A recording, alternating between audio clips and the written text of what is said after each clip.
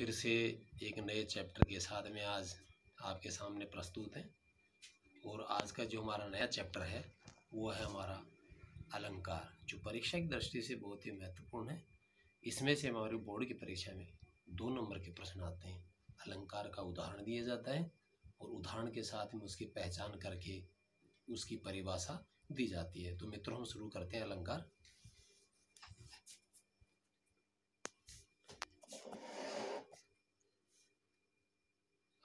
Page में set लेकिन यहाँ यहीं तो कुछ पहले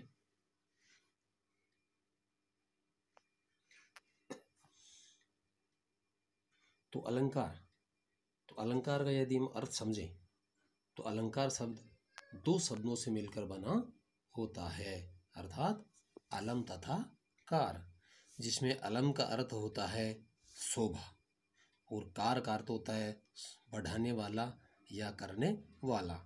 अतः अलंकार का यदि अर्थ माना जाए शाब्दिक अर्थ तो हुआ शोभा बढ़ाने वाला।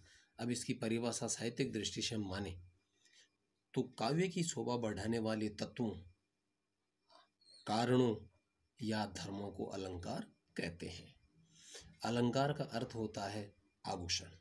जिस प्रकार कोई स्त्री या पुरुष आभूषण पहनने के बाद में बहुत ही सुंदर लगने लग जाते हैं, उसी प्रकार हमारा जो सामान्य काव्य है उसमें हम अलंकार का यदि हम प्रयोग करते हैं तो काव्य पढ़ने में, सुनने में और भावगत अति सुंदर लगने लगता है। यदि हम इसका उदाहरण माने तो जैसे चंद्रमा सा कांतिमय मुख दर्शन है तुम्हारा, अर्थात मुख चंद्रमा के समान उसको आभूषित किया गया है तो उसको पिरो दिया गया तो और भी सुंदर लगने लग जाता है। यदि हम अलंकार के भेद करें तो अलंकार के भेदों में हम 3 प्रकार के अलंकार के भेद कर सकते हैं। उसमें है शब्दालंकार, अर्थालंकार और उभय अलंकार। तो पहला यदि हम लें तो शब्दालंकार, तो इसकी परिभाषा की दृष्टि से हम देखें तो काव्य में जब शब्द चयन के आधार पर, अर्थात शब्द के आधार पर सुंदरता बढ़ती है उसे शब्दालंकार कहते हैं। जैसे कंकण केस जटा मुख माणक मोती, तो यहाँ पर इसमें शब्दालंकार हुआ, हम आगे इसको विस्तार से पढ़ेंगे। दूसरा हुआ हमारा अर्थालंकार, यानी काव्य में जहाँ अर्थगत सुंदरता, अर्थात अर्थ के अनुसार उसकी सुंदरता प्रकट होती है, वहाँ पर अर्थ अलंकार होता है। जैसे कि हमने अभी देखा था कि चंद्रमा सा कांतिमय मुख दर्शन है तुम्हारा, इसको भी हम आगे विस्तार से पढ़ने वाले हैं। और तीसरा है हमारा उभय अलंकार। तो काव्य में जहाँ शब्द एवं अर्थ दोनों के आधार पर ही सुंदरता बढ़ती है उसे उभय अलंकार कहते हैं। और ये हमारे श्लेष अलंकार के अंतर्गत हम इसको देखेंगे। अब यदि जो हमारा अलंकार है शब्दालंकार, उस शब्दालंकार के भी हम भेद करें तो शब्दालंकार का पहला भेद है हमारा अनुप्रास अलंकार। तो अनुप्रास अलंकार की यदि हम परिभाषा देखें तो काव्य में जहाँ एक या एक से अधिक वर्णों की आवर्ती रसानुसार 2 या 2 से अधिक बार हो, वहाँ पर अनुप्रास अलंकार होता है।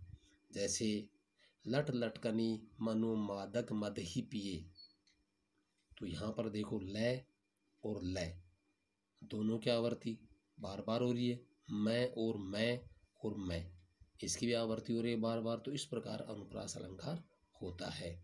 अब अनुप्रास अलंकार के भी यदि हम भेद करें तो अनुप्रास अलंकार के हम उसको 4 प्रकार से भेद कर सकते हैं। वर्त्यानुप्रास अलंकार, छेकानुप्रास अलंकार, श्रुत्यानुप्रास अलंकार और अत्यानुप्रास अलंकार। इसमें पहला हमारा वर्त्यानुप्रास अलंकार, जैसे नाम के अनुसार है वर्ती, वह अनुप्रास अलंकार जहाँ एक ही वर्ण की आवर्ती लगातार होती रहे, वहाँ वर्त्यानुप्रास अलंकार होता है। जैसे वीरति विवेक विमल विज्ञाना, तो यहाँ पर वी की आवर्ती देखो, वीरति में भी, विवेक में भी, विमल में भी और विज्ञाना में भी। तो ऐसे जहाँ पर आवर्ती होते हैं वहाँ पर वर्त्यानुप्रास अलंकार होता है।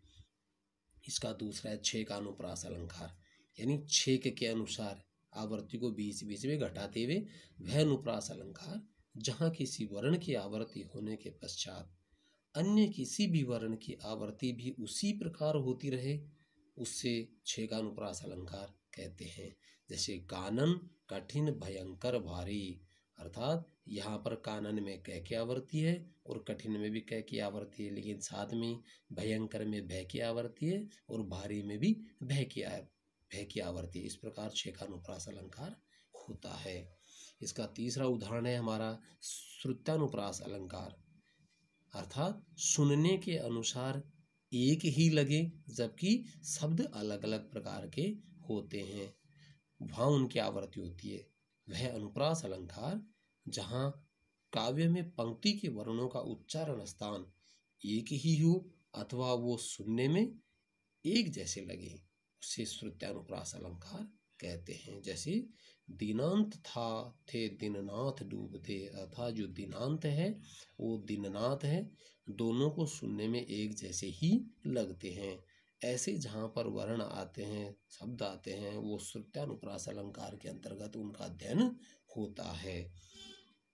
इसका जो चौथा हमारा अलंकार है अनुप्रास का भेद, अंत्यानुप्रास अलंकार, अर्थात काव्य में जहाँ किसी शब्द के अथवा पंक्ति के अंतिम वर्ण एक समान हो उसे अंत्यानुप्रास अलंकार कहते हैं। अंत्यानुप्रास अर्थात अनुप्रास का अंतिम वर्ण के अनुसार, जिस प्रकार से कि गोरटी है चोरटी है छोरटी अहीर की, तो जैसे गोरटी और चोरटी और छोरटी, देखो इसमें जो अंतिम अक्षर है टी टी और टी, तो इस प्रकार अंत्यानुप्रास अलंकार होता है। दूसरा उदाहरण इसका माने तो है कि काली काली अलकों में आलस मदनत पलकों में, तो अलकों में और पलकों में देखो दोनों में जो अंतिम वर्ण है वो को और को है, इस प्रकार अंत्यानुप्रास अलंकार होता है। तो इसका हम इसके बारे में कहावत भी है अनुप्रास अलंकार के बारे में कि अनुप्रास अलंकार में वर्ण आते बारंबार, यथा चांदनी चौक में चकवा करे पुकार। तो इस प्रकार से हम इसको याद भी रख सकते हैं। आज हमारा ये अलंकार अनुप्रास पूरा होता है। हम अगले बिंदु के अंतर्गत यमक अलंकार को अध्ययन करेंगे।